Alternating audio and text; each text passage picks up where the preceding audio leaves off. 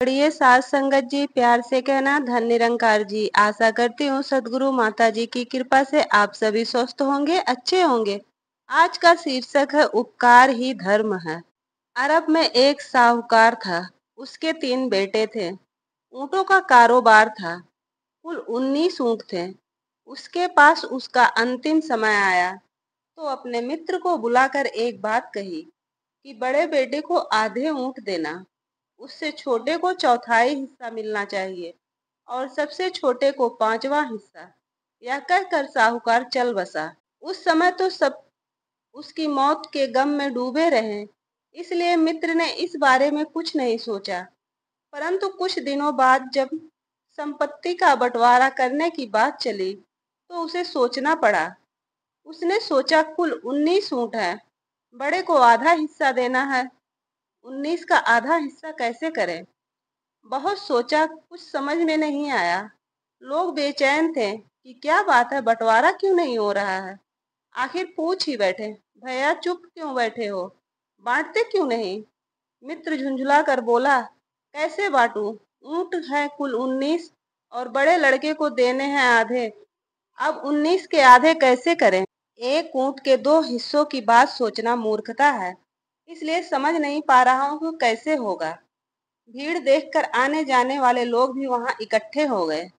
आगुंतकों में से एक व्यक्ति बोला, अगर इजाजत हो तो मैं इस समस्या का समाधान करूं। सभी ने एक स्वर में कहा, स्वागत, जरूर फैसला कीजिए। वह सज्जन बोला, मेरे पास एक ऊँट है, इसे भी 19 ऊँटों में जोड़ दीजिए, 20 हो जाएंगे। सभी ने उस परोपकारी को अचरज की नजर से देखा और उसकी प्रवृत्ति की प्रशंसा की।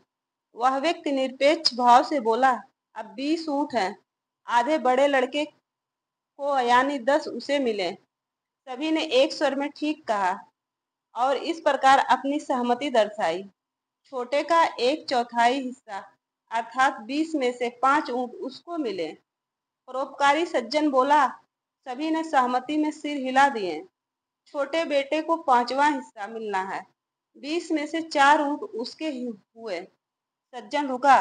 सबने कहा, बिल्कुल ठीक है। कुल कितने ऊँट बांटे गए?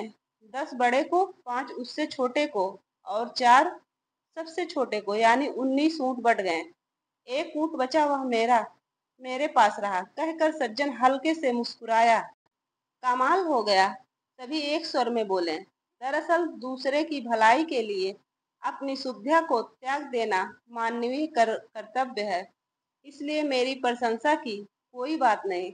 बस सोचने की बात यही है कि इतना साहस हम में हो और यह निश्चित बात है कि दूसरे के लिए अपनी सुविधाओं को किया गया त्याग कुछ घटाता नहीं बल्कि बढ़ाता ही है।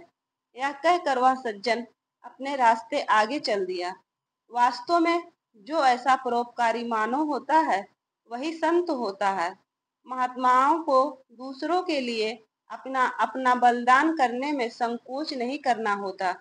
दूसरों के लिए सुविधाओं का त्याग करना घाटे का नहीं, लाभ का सौदा है, क्योंकि ऐसे परोपकारी सज्जन को उसकी त्यागी हुई सुविधाएं पुनः कई गुना होकर प्राप्त होती हैं। परंतु सुविधाओं के कई गुणा हो जाने के लालच से परोपकार करना वास्तविक परोपकार नहीं है। साथ संगत जी, प्यार से कहना धन निरंकार जी।